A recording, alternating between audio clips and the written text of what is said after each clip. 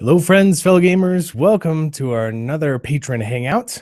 We just got it started off here. This is for the European kind of time zone, and people start trickling in. Sebastian, our first one. Good evening. Guten Nacht. Gute Nacht. I said it wrong. I have to get a little more. How's it going, Sebastian? Well, a bit tired. Just got home from work. What, if you don't mind, what do you do for a living? I'm not sure how this is called in English. I sell meat and cheese. Like in the store or door to door? Yes, in the store. It's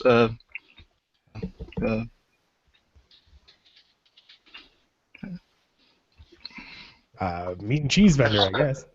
Something like this, but it's just I'm at the usual convenience store, and you can order what you want, and I'll make it. I'll have to make it. So you're like the I did something kind of like that, where I'd slice up the meat for customers. Yes, something like this. And cheeses. I don't know how it's called in English. I don't know if it has a specific title encompassing that. But good. Welcome the other guys too. Hey. Welcome. Nå, men lad os lige i gang, så jeg må have lige hoppe af, men, eller lige om lidt i hvert fald. Men vi kan lige rende over til den der portal der. Du er inde her på det første, eller? Ja, okay. I don't think I understood that. Same here. See, Americans only know one language, so it's kind of a problem for me. But if other people can translate, fantastic. This is basically just open forum for anything you guys want to chat about, your campaigns, your characters, questions, topics. I have some things I can bring up, certainly, to chat about, but I really want to make myself available for you guys, and these conversations are usually really well received and a lot of fun. So kind of, let me just put it out there for you. What's on your mind? How's your gaming life going?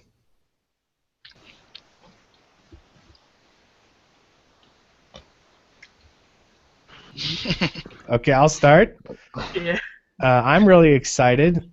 Tonight we're going to have kind of a session 0 for a campaign that Patron Devin is running, and I get to be a player, and I made my character, and I'm really excited because he is really cool, and the other two members are also Det skulle godt svare sig at tage de her...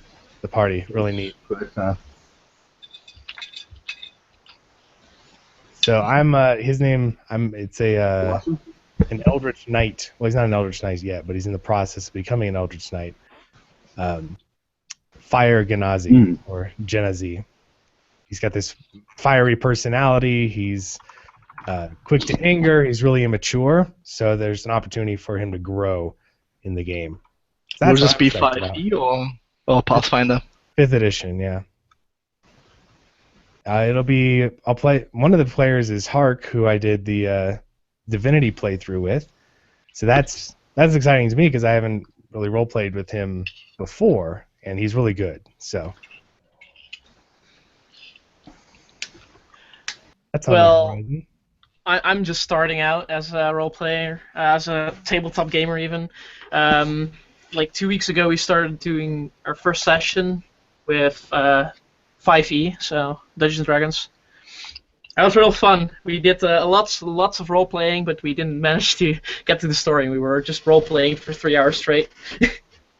Nothing wrong with that. It was pretty fun, but at the end we did have to go a bit out of character just to get the story on track. And that's maybe a bit of a downfall of the group, that we're just too much into the role playing. That's not a downfall. That's a good thing to have. People just enjoying themselves, having fun. That's the point of it all. That's true. So what's kind of the theme of your game, or what character are you playing? I'm playing a drow elf, which is neutral good. A rogue. So I'm kind of the quiet type in our group, but we have two how are they called again? God damn it. The hellish creatures that speak Tieflings. infernal and stuff. Yeah, tieflings, exactly. Mhm. And one of the tieflings has a bit of a dark past. He became a 285 sorcerer. i crit. Sorry? Oh. He became a sorcerer and by a wizard. And he saw me for a wizard at the start, so because I'm cloaked and everything, because I want to hide that I'm drow. Mhm. So that was pretty fun. But the Right. setting itself is more, the map is Feria. I don't know if you're familiar with it. Faerun? Farron? Yeah. Farron, yeah. Exactly. And we're just starting at the top right of the map somewhere there. So it's a pretty default D&D setup. Mhm. Just using the monsters from the book, and the classes are all pretty normal, and the races are pretty normal. Because our DM is also not that experienced. He has one other group where he's DMing for, Mhm. and yeah, it's just a fun experience to start up together, in my opinion. What have you been doing? What kind of motivated you to pick up the tabletop version instead of a video game or something else? What kind of led you to the role playing? Well, I joined Hvor er du henne, Kim? a study group at school, which is more into Japanese culture and Den stuff. første. Den nordligste af den stjerne på kort. Okay, I guess I can just continue. What's up there? Yeah, but the study group has some people who already play Dungeons and Dragons, and they want to start a new group, and I just thought it would be fun to do because I've seen Geek and Sundry do it on stream, and it looked real fun. So that's basically the motivation. And after we did like the initial talking about how the setting would be, like what map and stuff, I started doing research on what I wanted to be, and I ended up on your channel and stuff. So, so that's basically how I merged into tabletop gaming. That's awesome. It's pretty fun so far. Right. Well, that's great. It's really an exciting prospect to discover tabletop gaming and to get really excited about it and to start playing. The fresh campaign's always exciting. Almost to a detriment sometimes. You just want to keep starting new campaigns because the beginning is so much fun. But End up with 50 campaigns or something. Yeah. It can get out of hand. Yeah. Speaking of our campaign going, Sebastian, how are you? How you liking our Wonder Workers game? I'm having fun right now. I like it so far. Good.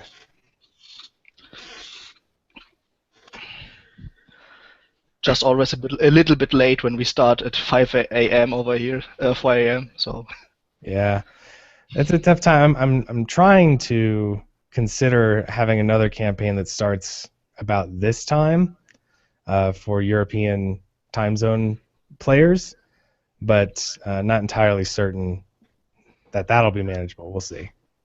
Yeah, because if you would start a campaign, or a session at this time, it would continue till like 1 a.m. here, at least in my time zone. So it's a bit weird dealing with like at the other side of the world. Yeah, it's definitely a tricky prospect. It's something I'm willing to do, but not an easy thing to pull off exactly. That's probably the biggest challenge, generally speaking, is just organizing the groups and getting that all set up and established. It's real tricky. Yeah, I would imagine. Who can play and when can they play and all those things. But once you get that consistency, especially in a home group, that's really really enjoyable. Yeah. have you already been reading the Star Wars book, Andrew? I started on it. I've read through basically the the dice mechanics is kind of where I'm focused on right now and figuring those out. It's kind of similar to Fate in a way, and I have some experience with that system where I have positives, negatives, and neutral roll, and negatives will cancel out positives. So I'm kind of familiar with that layer of dice rolling and that mechanic, and the idea of a success but with a drawback, or a failure but with an advantage. Those kind of things. I like it. I really like that way of describing combat and success, because it really allows for creativity and the players to be the ones that are kind of determining how things play out more than just what do the rules say exactly. So I like that a lot. Have you got experience with that?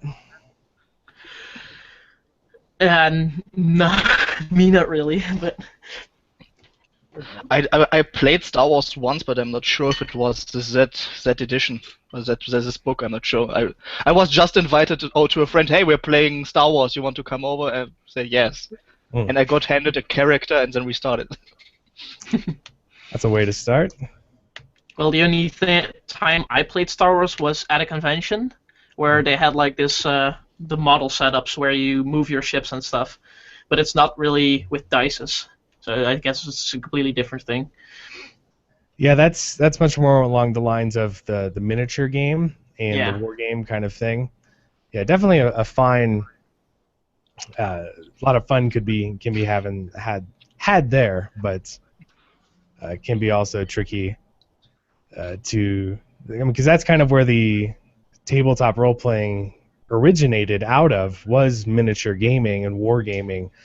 And they kind of came up with the idea of, well, what if this X-wing pilot, what if he was a hero? What if we could develop him as a person much more? That's how it emerged. And pretty neat. That's pretty awesome, yeah. Mm-hmm. But it's also much more expensive. Hey, that's true. Oh yeah. They also told me like the starter set was like about 100 euros or something, and that was only like the 2 small ships. Yeah, it's a Star Wars Armada, I think. That's the one you mean. Yeah, I think There's so. also the smaller one, that's the X-wing, but also it's easy to start. Yeah, now if I look at it, it's probably about $500 that I spent into it, and on small ships and big ships, and. Yeah, exactly. But it's Star Wars. The best excuse ever. Star Wars is pretty great, especially kind of the reincarnation with the new movie. It had some problems here or there, but I don't know about you guys, but I'm much more drawn to fantasy than sci-fi, and Star Wars has a bit of fantasy, certainly with the Jedi, with the lightsabers and that kind of fighting. That's definitely something that is fantasy-ish. But it wasn't until the newest movie that I really got excited again. And I remember being quite excited when I was younger about. I would read all the books and play all the games of Star Wars, and then just, I guess, the prequels came out and my interest dropped dramatically, and I got older, I guess. But what about you guys? How's your sci-fi fantasy preference, Star Wars, those kind of things? I'm kind of even in Star Wars and fantasy because I'm more drawn to games from a young age instead of the tabletop thingies. That's only like the last year, like a few months basically. And well, because of that, like the difference in games that you play, there's a lot of sci-fi games, there's a lot of fantasy games, combinations in every way possible, and I've quite the Steam library, about 600 games or something. I've played every one of them at least an hour.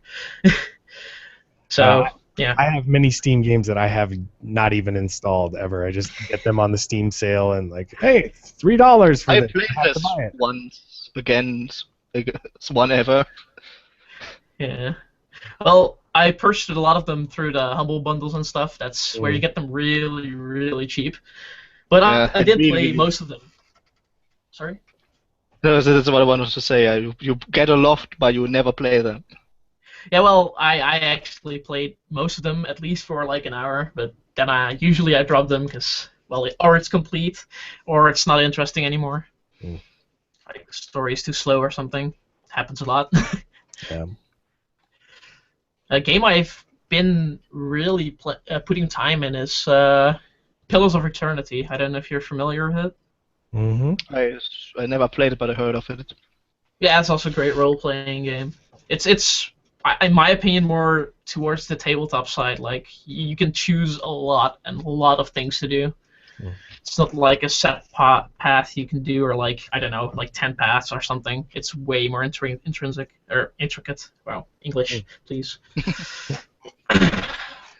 Yeah, I got that and I started playing it, and it ended up my interest kind of just flagged a little bit with it. Not that it was a bad game at all, certainly not. But it's in the vein of a few other games I was playing at the time, kind of that turn-based RPG, similar to things like Divinity that I was playing, or Sword Coast Dragon Legends, Age or- Baldur's Gate, those kind of Baldur's things. Gate. It's a little slower, Yep. and I was playing like 4 of those types of games at the same time, so that one fell by the wayside. But it was definitely enjoyable up to that point. Yeah, exactly. Well, the main games I play nowadays are more FPS games like Counter-Strike and Warframe and stuff like that. So it's more towards the sci-fi and realism. But Can you explain to me? Now, I watch Twitch streams every now and then, and it seems like Counter-Strike was like super popular, and I don't understand why, because the maps, it's like the same map over and over again, the same game style over and over again. yeah, it's easy to explain. It's like the same as it is with soccer. There are a lot of soccer fans or a lot of football fans in America, right?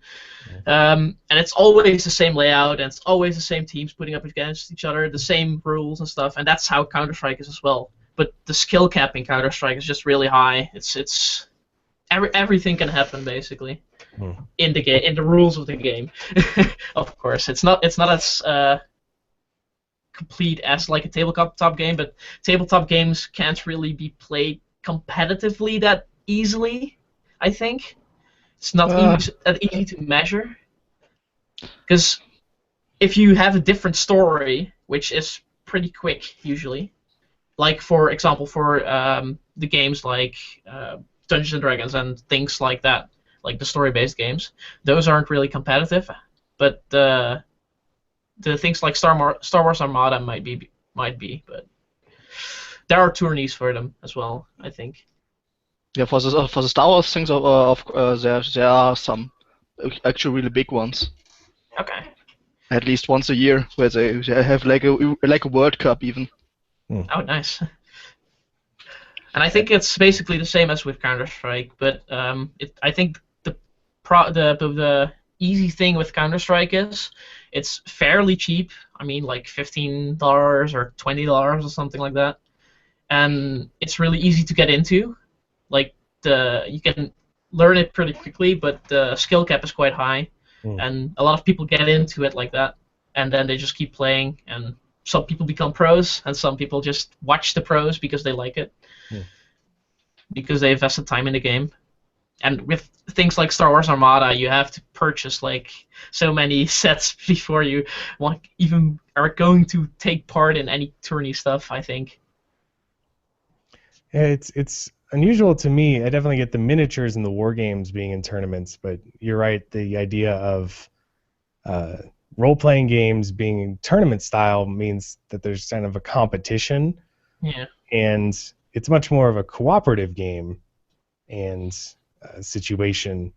So kind of unusual, that approach to to consider that I've often thought maybe it'd be funny to do commentary like they do for the esports, commentary on a tabletop gaming session. Could be pretty silly, of course, but could also be pretty funny overall. Well, I think it would be really weird with the role playing going on, because you probably are gonna have to hear the people role play, and you're gonna hear the DM saying stuff, but you're also gonna and this rock have goes to from behind, interject and he rolls a 1! Yeah, you can do something like that, but something like that also happens usually with the players. Like, shit, I rolled a 1, and then whatever, right? Then you continue the calculations and stuff. So I think you would be silent most of the times, which would be kind of awkward.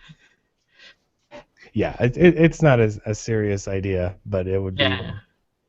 It would be fun if it would be like, if you could generally like talk over stuff and everything. That would be pretty nice, I think.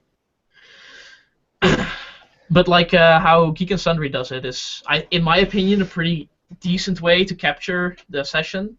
Like, they have the cameras, like it's an IRL session, of course. It's different from online, but they just capture the players and the DM and the board, and that's it. And that's how they show it to the viewers. It's definitely, you could tell the difference between things like that in PAX, the Penny Arcade games, that they have corporate sponsorship. They have a team, a crew behind the scenes doing the sound, miking people up, doing the editing, all those kind of things, and it's great that's provided and available there, but it can be kind of a false impression, like you have to have it, or that's the ideal gaming scenario. And it's great for advertising, but it's really hard to emulate, I think. So I'm glad they're there. Yeah. It would be neat to have all those multiple camera angles, but just imagine that there's someone at that session, probably a couple someones, who are not playing. They're just watching other people play and doing the camera work for it. That's correct. That'd be kind of hard. Yeah, that's why they're like a major company, right? Geek and Sundry. Yeah. But yeah, I mean, if you're at a session yourself, IRL, I don't think there's much difference with how they show it with Geek and Sundry, because, well, it's IRL, of course, but it's pretty how you show it, but it's not possible to do that if you have like an online session, I think. Right. Well, you have to mess with things like Skype and everything, and then you get delays, and everything would be weird.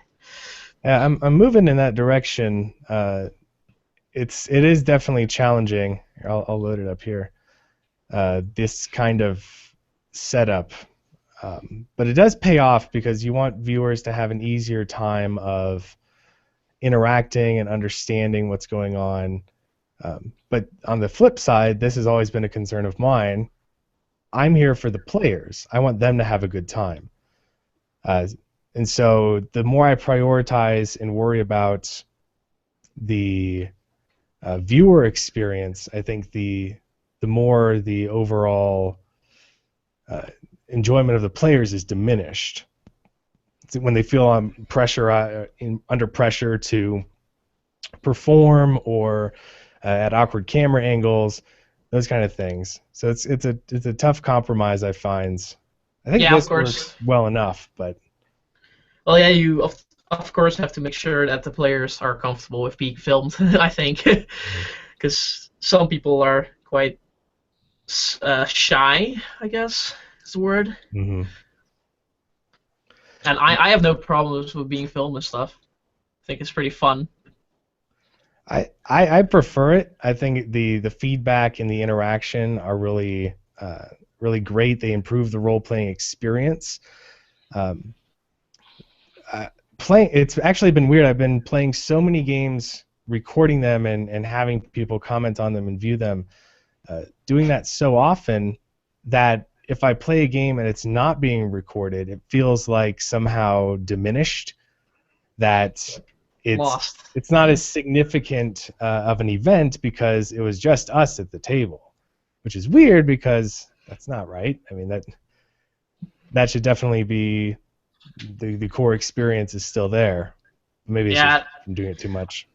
I kind of had that feeling as well when I like straight watched like 12 episodes of the Geek and Sundry sessions. And then we started our actual session, and then I thought, like, shouldn't I record this? Because otherwise I might forget it or something, or it wouldn't be as fun, or... Yeah, I get where you're coming from. Which is, I don't think, not the best mentality to have, but it still creeps in there. And exactly.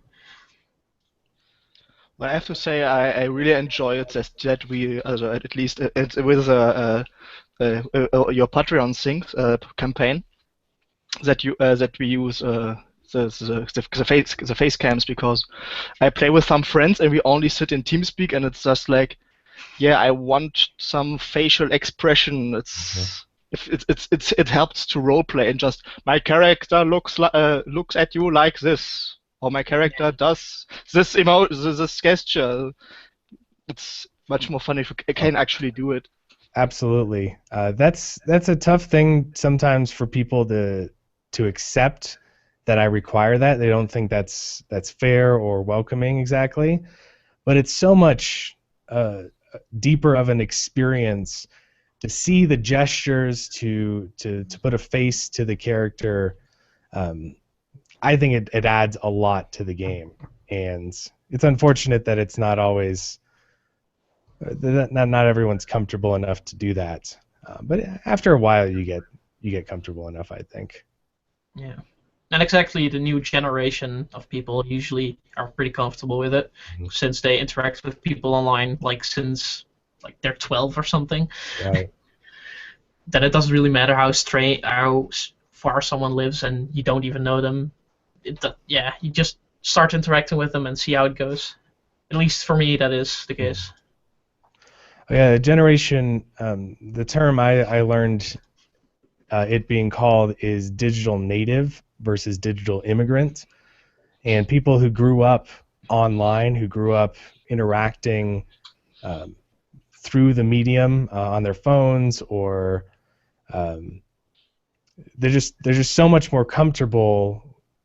It's almost even become expected to be online, and if it's not online, then it's not worthwhile, or those kind of things. And it is growing, and I'm pleased that more people are willing to do it. Some people say, I don't have a webcam and those kind of things. I would counter that with the cost of this hobby is extremely low. Yeah, exactly. And if you're willing to spend $20 on a webcam, $20 on the player's handbook, which you actually don't even need all that much. Oh God, is the player's handbook only $20 there? No, it's still a little higher than that, but you could get like 40 euros here. You're playing. Like I just bought the Shadowrun book, and it's like $20, and it's hardcover, and wow. Well, it's hardcover for me as well, but it's quite pricey here. It's not a well-known hobby in the Netherlands. In a big city, sure, but I live like next to the Belgian border, where like in a little town, like small town, like I think 3,000 inhabitants. So we don't really have the shops that we need here, so we have to get everything delivered and stuff like that, or go like to a city like 40, 50 kilometers away with a car or bus. Hooray for Amazon. Yeah.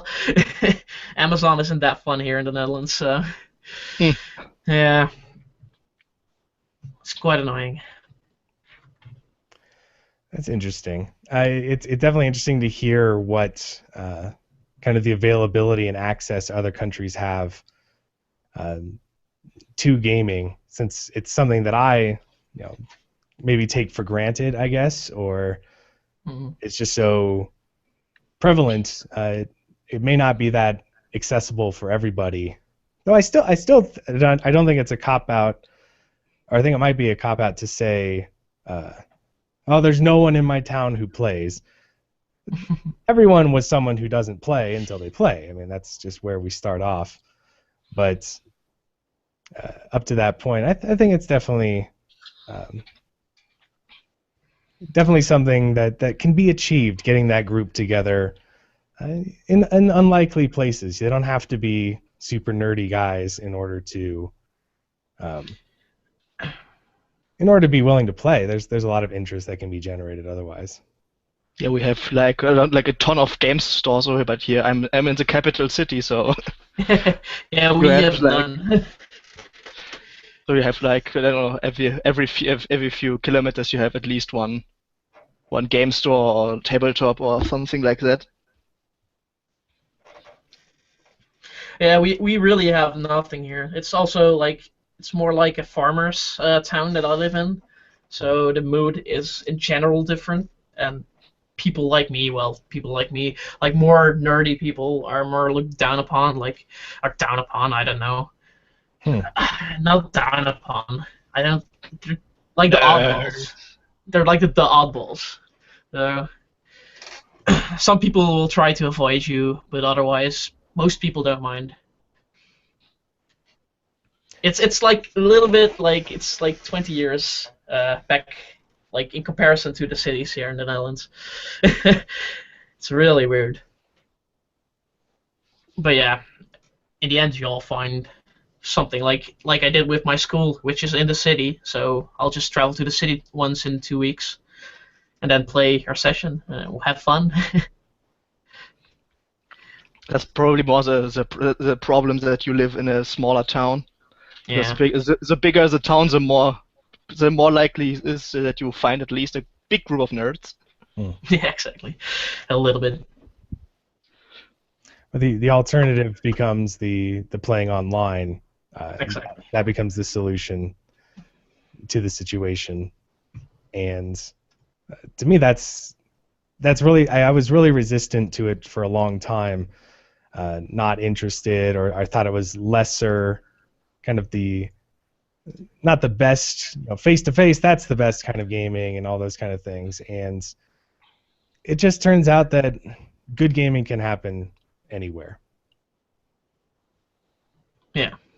Yes, as I saw your sessions on the YouTube channel and the ones of Geek and Sundry, I thought, like, why not try maybe online, especially with yours, because they seemed real fun. And that's why I decided to pledge as well. So.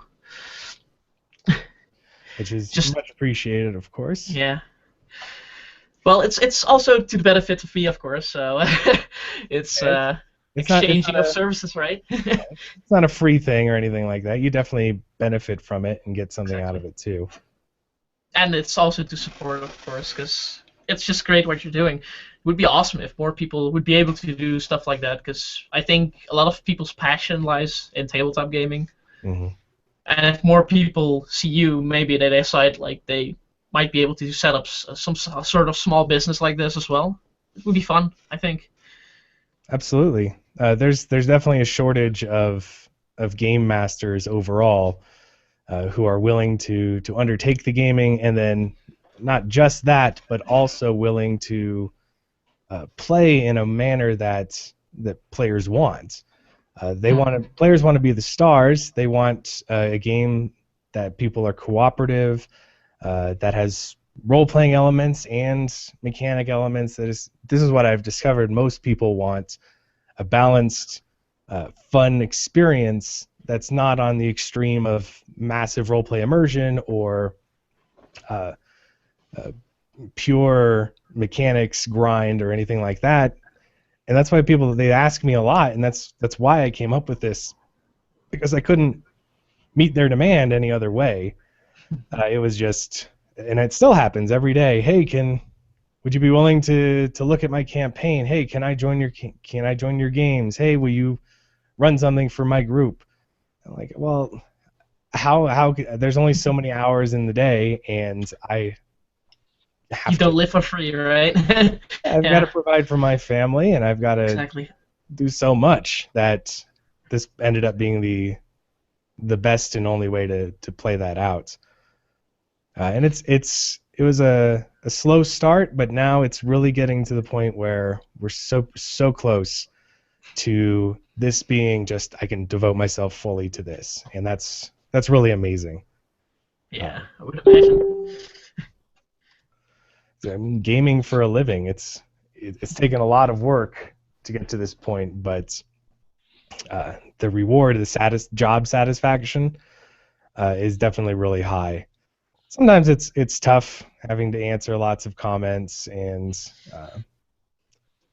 I guess it deal can be with something. overwhelming, but I guess you should also be like a bit of selective of what you're going to answer, what you're going to read, because I think I'm not sure if it's with your channel, but with a lot of Twitch streams for Counter-Strike and stuff, and I also watch a lot of Counter-Strike videos on YouTube. The comment section is just toxic as fuck. The people are just like, It's the internet. yeah, exactly. It would be really hard for me to just dive into that. I think. Mad respect for you, man. That you're able to do that. It's not so bad. I think mostly I have to delete maybe one comment a day.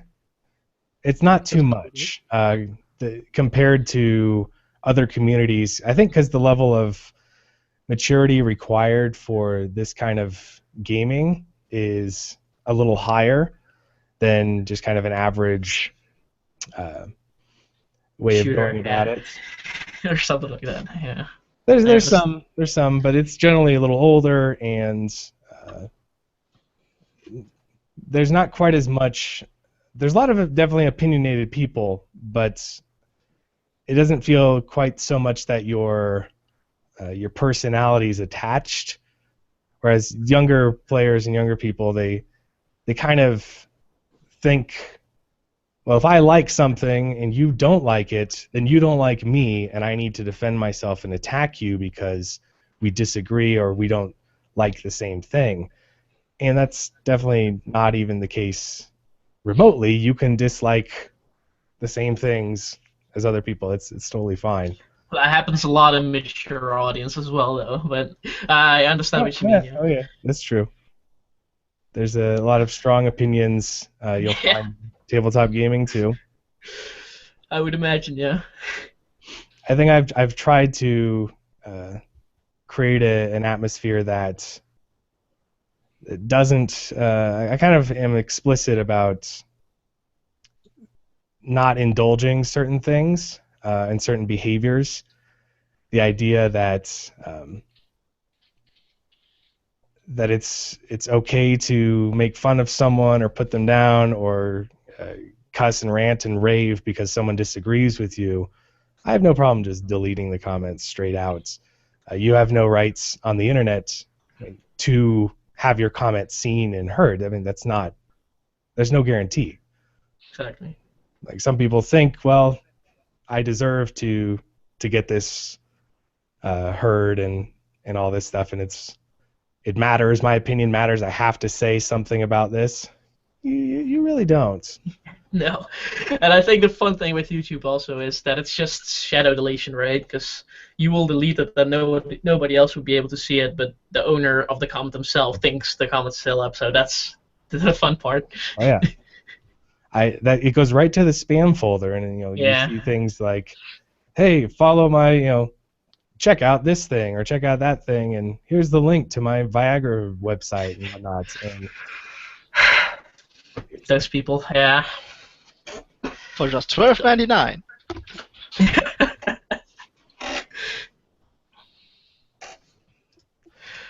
So it's good to get away from that. And you're fresh and new and starting at the gaming, so it's a fantastic situation to be in. But my situation, having played for so long and mostly running lots of games, is I get real excited about the opportunity to be a player and take a break. Are you considering, either of you guys, taking up the DM mantle or running games in the future? Is that something of interest to you, or is the player side just the most appealing right now? But I'm already trying to get a 5e campaign together. It's just I don't really have the time at the moment to, because I have an exam that comes soon. After that, I think about picking it up again, but I told them let's try it one shot first if everyone likes 5e, and then I can build a campaign. But I don't want to invest like hours and hours of my free time to then I don't like it, I don't play it again. Yeah, that can definitely be frustrating, and I've been there. Usually I'm there as a player where I get really excited and invested in the game, and what ends up happening is for me the GM bails. That's a real disappointment. Get all excited about the campaign, and then there's no session 2. Or as a DM, like you're saying, you invest all the time and effort into setting up the game, creating the campaign, the setting, and what comes of it? Nothing. Nothing. The players don't gel together, or the experience is bad. Or most of the time, it's just no-shows. People fail to commit and show up when they're supposed to show up. That's to me the hard part. Yeah, we've been doing mostly one-shots at the moment, so like I don't know, I forgot something of darkness. I already forgot how it's called, like a more horror-themed RPG. You know, yes, World of Darkness. We played that a lot. Since it's just we play a character, you create a character that takes like 20 minutes to create, and you play an evening, and then you go on. It's nice, so to at least to get to know the system. Right. For me, sorry. No, I'm done. Go ahead. Well, for me, the DM role is probably still far away because I'm not that good at story writing. It's also took me like a few hours to write my one side backstory, like one A4 paper. So the storytelling part of me is not that great yet. So I guess the DM role is not in it for me in the coming months or longer. That is, not necessarily the case that you have to come up with your own stories. That's one of the tips that I give in my 7 Mistakes New Game Masters Make, is feeling like they have to be able to come up with good original content. You really don't. There's stuff published already that you can utilize, and then there's also simple stories that you could come up with and borrow from books or TV or movies or those kind of things. Definitely not something that is mandatory that you must have the coolest original storytelling thing. No, you don't need it. Well, and another part is the improvising part, so that's also not that great for me. That's, I think, a bit more important then, because your players can basically do what they want, right? You can steer them maybe in a little direction, but yeah, you've got to prepare. Yeah, you got to be flexible and adaptable. That's certainly the case, but how are you going to get that way other than playing? And you could develop it as a player, certainly, but everyone starts off. I mean, don't let that stop you from trying it out. I'm not pushing you to do it now. You're brand new. Enjoy the player honeymoon, but everyone's going to be bad or mediocre when they try something new. It's just the nature of all skills and talents and those kind of things. We start off rough and then we get better. But there's at least in America, and I noticed this as a school teacher, there's kind of a perception that if you're not good at something right away, then you shouldn't try it anymore. It's just you're not meant to do it. And to me, that's absurd, because most of the things we all start off not good, and then we get better with time. So you got to get over the kind of difficulty. I think that's really essential to have that mindset. Yeah, of course, I'm not going to be the best. It's not going to be the most fantastic session ever. That's fine. It doesn't have to be. Yeah, but in today's world, you kind of have to. Well, maybe not in the session where in the D&D world, but if you look at more real life applications like jobs and stuff, you kind of have to sell yourself a bit. Mm. So there's, I think, a bit different story. So the people probably have their mindset set on those things because they're used to that. At least for me, that is, because since I went to school and after school you want to apply to jobs and then they search for people with so many years experience, of course, and all these things. And when you have some companies are really flexible when it comes to that stuff, and they just talk to you and get the information that you have out of you then, and then they know what they can do with you. But sometimes they just look at your CV and they'll just reject you right away because or you didn't have enough experience or with that specific thing or something like that. So that's basically, I think, where that mindset comes from. Mm. But yeah, it's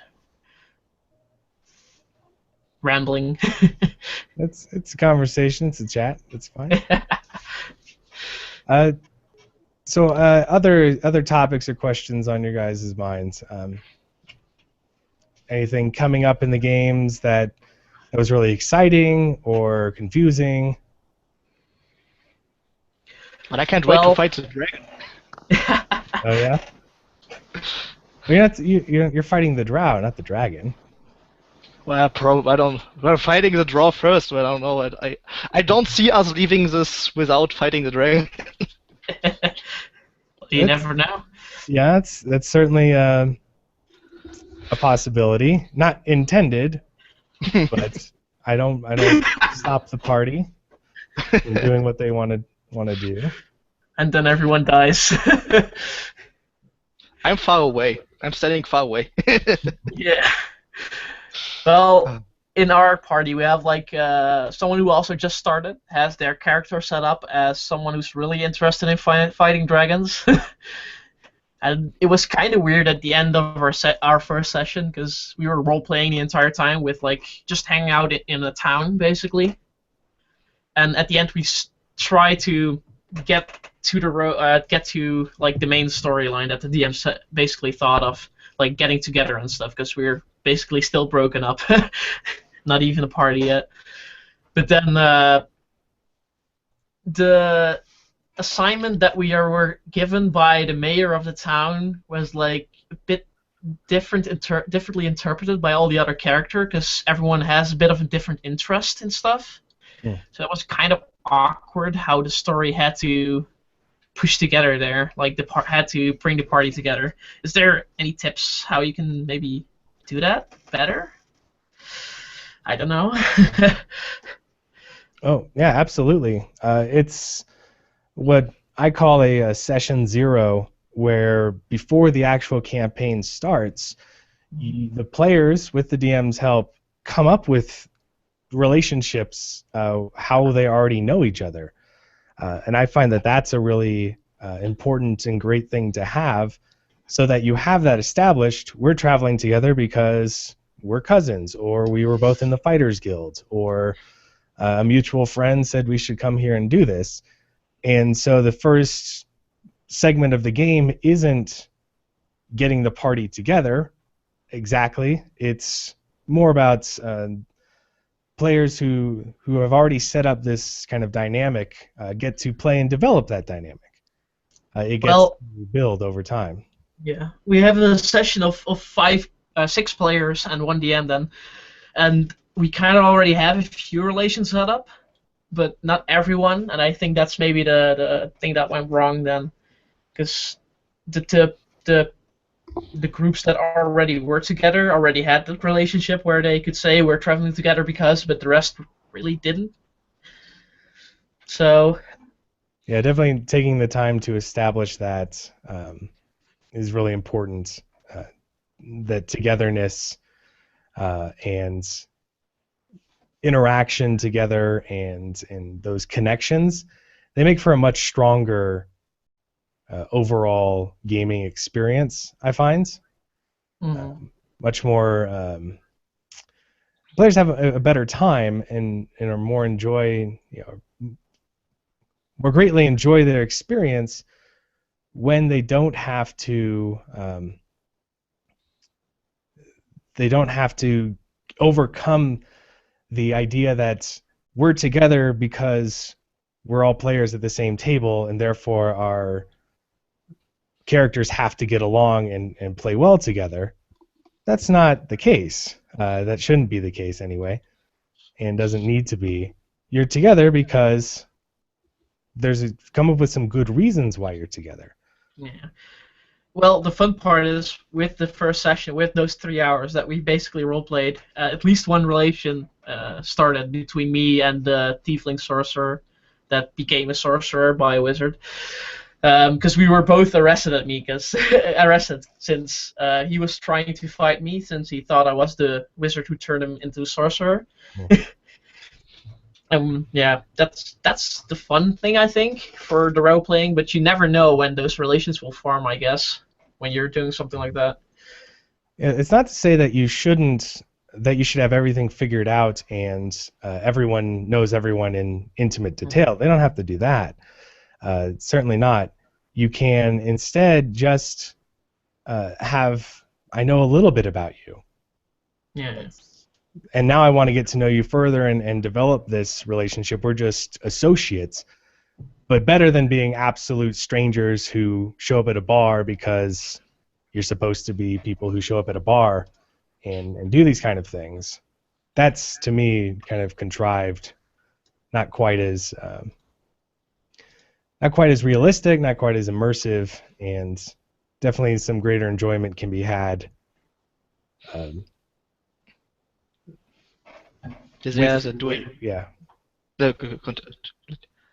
I wanted to say they are doing this with in the pre-published material always, where they put you there, like in the starter set they have like the D&D starter set.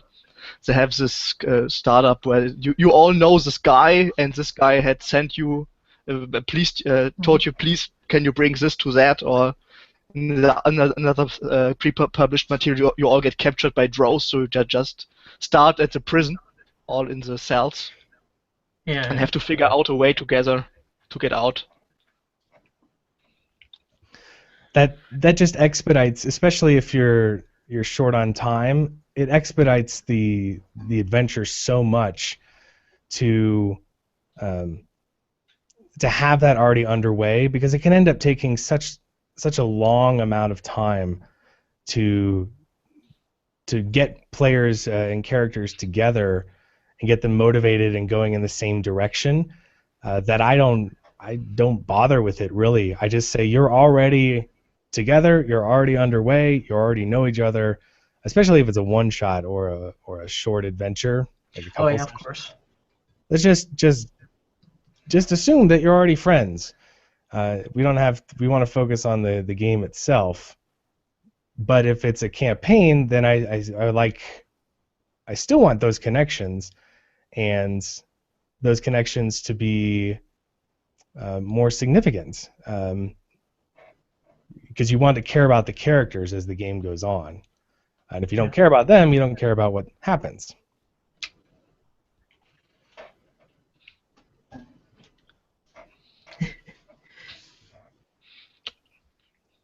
What's your personal favorite thing to do, Andrew? How do you like getting your characters together? Is there a way you prefer, or just come up on it?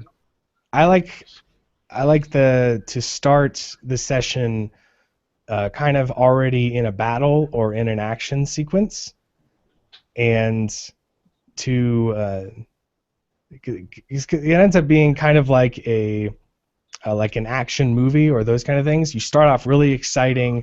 There's a big battle. There's a fight, and then everyone's pumped and excited about what's going on. And then you slow down a little bit in order to get to know the characters a little bit more. Then you ramp it up again. And so, to me, that's the process and the way of going about it. That's the best to me. Is exciting. We're what's going on? X-wings are flying all over the place. They're shooting the ship. Stormtroopers are landing, and all this stuff happens, and the party's together already. They have to deal with this situation that they don't really get a plan for, and see how things play out that way, and then we can get to know them a little better and slow it down. That's how I like to start. Quick question about the campaigns you're running for the patrons, right? Mm-hmm. Are you doing only Pathfinder campaigns, or also different ones, or? I'm doing right now mostly 5th edition D&D games. We have just one Pathfinder campaign being run. I'm willing and able to run a number of different ones. I'm most proficient and most understanding of Pathfinder and D&D, but I'm learning a Star Wars system, and I could be convinced to play something like Fate or something else like that, but I'm most comfortable. Oh yeah, it was just a question, not to plug you in any way or shape or form, you know. Just wanted to know. Sure. Yeah, my enjoyment right now, what I'm enjoying the most is 5e D&D, and that's what I'd like to be running campaigns in. It's right in the sweet spot of complex enough so that it's not all kind of imagination and free and loose, but not so complex that it gets bogged down in endless mechanics and really tiresome interactions that just is a drain. Yeah, a bit like Pathfinder became in the end, right? Yeah, that's How many where it's rolls at. you have to make. Yeah. Yeah, we are running 5e as well with the group I'm playing with, so and it's so far pretty fun. We've been mostly doing random stuff, but it's just a couple of dice rolls in between for persuasion attempts or magic casting or something simple. Right. But yeah, it's been pretty fun so far. So that's where I'm at too, and that's where I want to be running. That's what I want to be running, and that's what I will be running. If I have any say, it's not always. I don't always have the choice when 5-6 patrons get together and they all want to play 5e. Then okay, or they all want to play Pathfinder. Then that's what we're gonna play. But I am leaning towards and encouraging the 5th edition because it's new. It feels new. It feels exciting, and I like it. I feel more comfortable. Yeah. Quick question as well. What do you personally think as DM of putting players against each other in a fight or an encounter, like a simple one? Like, for example, with the 3 hours of roleplay we had 2 encounters with each other, basically, where we fought each other to near death. Mm-hmm. And it's kind of weird. It would be realistic, but if you know that you could kill someone basically even before the campaign started, it was kind of a weird idea. To me, the essence of the tabletop gaming experience is cooperation. Mm-hmm. The players against exterior foes. That to me is the best, and what it's kind of designed to do. Now that said, there can and should be inter-party conflict. That certainly makes for an interesting game, disagreements. But if the whole experience is you fighting amongst yourselves and arguing and bickering back and forth, all those things, I feel you kind of miss the point of the game, and your experience is going to be really diminished. Just games that end up in backstabbing and... I'm not talking about stuff like that. It was more for us, like, in the role-playing part, where we didn't know each other at the start, where we got to know each other also through the fight and after a fight, basically. And I guess... Yeah. Like that it should be fine then, I guess. That's fine. Like duels, that kind of experience, I've done that. I did that in our session before last of the Pathfinder campaign. Was as I pitted them against each other, or an NPC pitted them against each other and said, all right, I want to see your talents and your skills, so you're going to test them against each other, and I'll watch. And that was kind of a showcase of their abilities because they hadn't had a combat in a little while. So I try and offer and give them opportunities for more combat, for interaction in that direction. So duels can be that way. You can definitely come to understand and know someone, know them better by fighting with them and those kind of things. Definitely. It's just not something that I find it much more interesting is the good guys against the bad guys. Yeah, of course. The funner story. Yeah. Yeah. The fun thing was, though, at the end of the session, the DM decided to give us all some experience for role-playing. A bit maybe out of context, but just to get us kickstarted and experience, I guess. No, I definitely reward role-playing, and it should be rewarded with the same level of XP as any combat. To me, that's definitely essential and important to. If you want your players to not hack and slash and kill everything, you need to reward when they don't do that. And if you don't reward those things, either with XP or with some in-game reward like loot or a title or access to something, then they're less likely to do it, and your campaign's just going to turn into combat, and I find that to be also missing the point, and because there's so many skills that are not combat related in the game. It should be if you have a character who's got diplomacy or persuasion and has spells that help out with. Yes, jamen skal vi hoppe ud? We can't understand you, Mikkel. Oh, sorry. Just a moment. If you don't have those situations, it marginalizes certain classes and play styles. So you got to include those things. Very important. Yeah. Well, all my questions ran out. That's totally fine. It's just about our time here today to do as well. There's going to be another one tomorrow. Is it tomorrow? I think it's tomorrow. A little later on. Yeah, tomorrow at around 7. And that's the one for US, right? Mm-hmm. Yeah. So I enjoy these chats. Usually we'll have more people on a little later, but this is fine and good too. Just a couple people talking about tabletop gaming, and it's my favorite thing. So yeah, it's fun. Well, so Europeans, right? And most of your the people you interact with, I guess, are American. So it's the vast majority. We have enough European and like even Australian time zones, and that's even further off.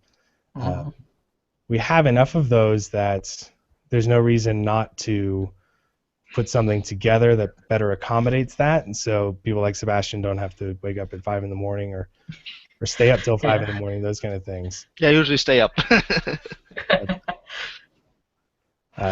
So we'll look in that direction too, and I'll do what I can to see about getting. That's pretty amazing.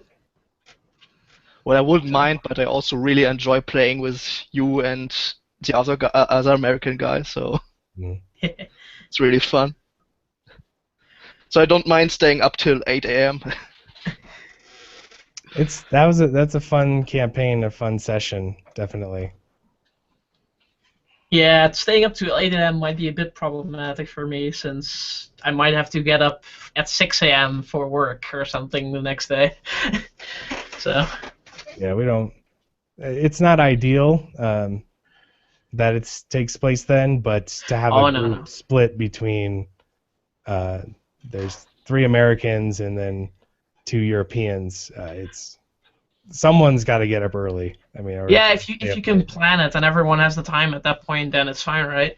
hmm But it's already really good that we do it at the weekend. So Yeah, exactly. That makes a I lot of usually difference.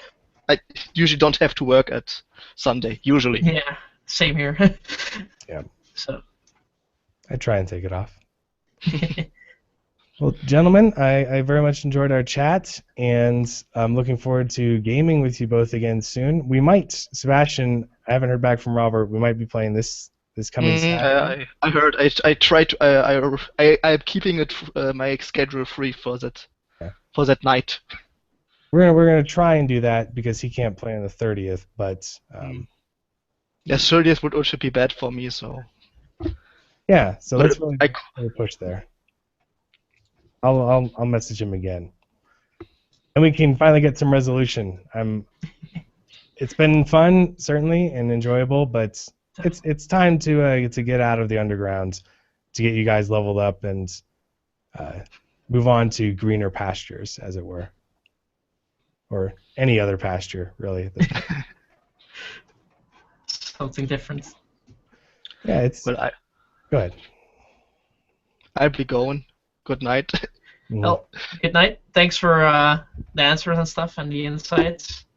Absolutely. Good to meet you and chat with you, Nick. Matthew, thanks for hopping in here. You guys as well. Staying with us. And we will, let's see, tonight I'll be streaming that session 0, which I'm very, very excited for. And stay tuned for tomorrow. I'm going to do an encounter video and probably a spotlight on this character that I'm very excited to play. So, gentlemen, thank you so much. A good evening to you all. And we'll see you soon. We hear from each other. See each other. Ciao. Bye.